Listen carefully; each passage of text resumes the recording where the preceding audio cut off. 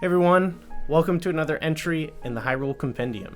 And today we're bringing you another Legend of Zelda, the original Legend of Zelda topic. We're talking about the enemies in the game.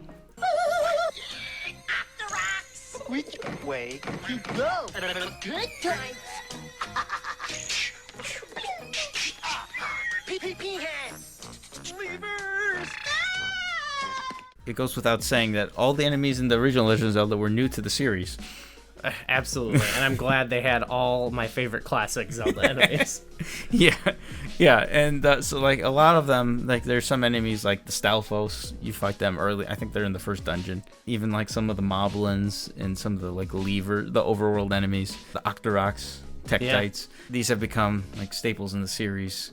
That have been in almost every single game. All of them are just, when I look at them, I'm like, that's a Zelda enemy. I love the Stalfos, how if they have something, you can see it. That's amazing, too. Like, he's got a key in him, and he's just walking around. Let me guess, I need that key, don't I? Key? What key? I don't see a key.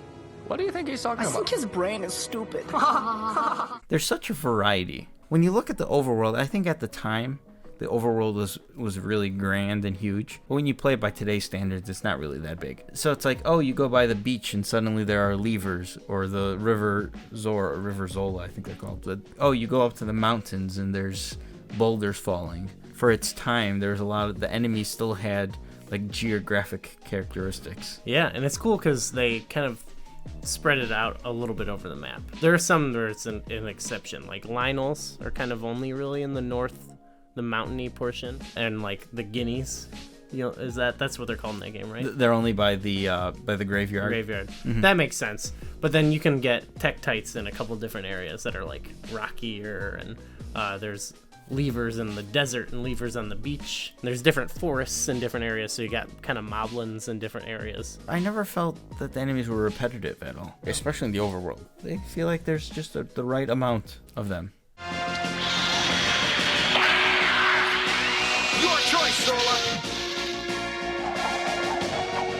Eat this.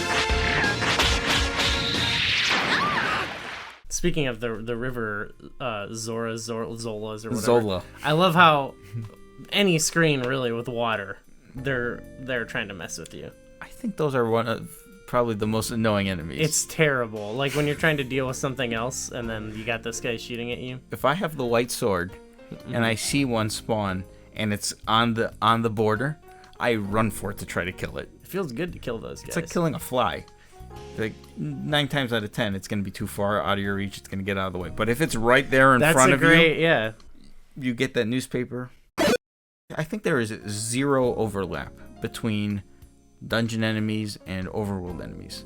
I don't think there's any overlap at all. Was there some technological choice, or was that pure aesthetic, like storytelling? Yeah, I don't know. Moblins don't work dungeons. Where are you working? Level 5? Moblins don't work levels. It makes sense a little bit. Like in the dungeons, you got skeletons. You've got those like the Keys. Zols. Yeah, you've got things that would be more. What is a Zol?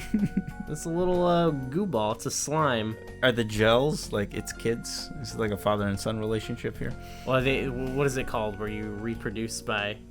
No, that's not osmosis. This is not a science show. Yeah. We don't do science.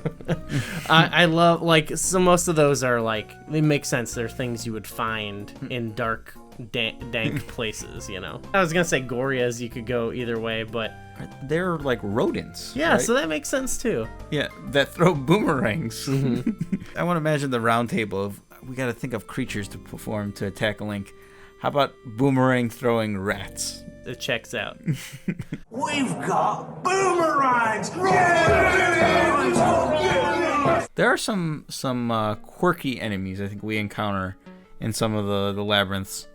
One comes to mind is our friends the Pole's Voice. They're so weird that they are very Zelda, because I don't know any other game that has something like them. Fun fact, in the original Legend of Zelda on the Famicom, in order to defeat them, you speak or yell into the controller's microphone. In the United States port of the game, They couldn't do that. They got rid of that because there is no microphone. And I think even in the American instruction manual, it says they hate the sound. They hate sound. Some of the more difficult enemies, I'd say early in the mid game, are the Dark Nuts. They are the first enemy in the game, I think, that is a real struggle outside of like a boss or something. They're ruthless. They just charge at you. Their pattern is so hard to pick up on, I think. Like I'll go around them and I think, okay, I've got it lined up. He's not gonna turn here because I just went around him. Nope. Always seems to turn. You turn immediately at you. You got him from the side. I think there's that room in Dungeon 5 that, what would you say in the previous compendium?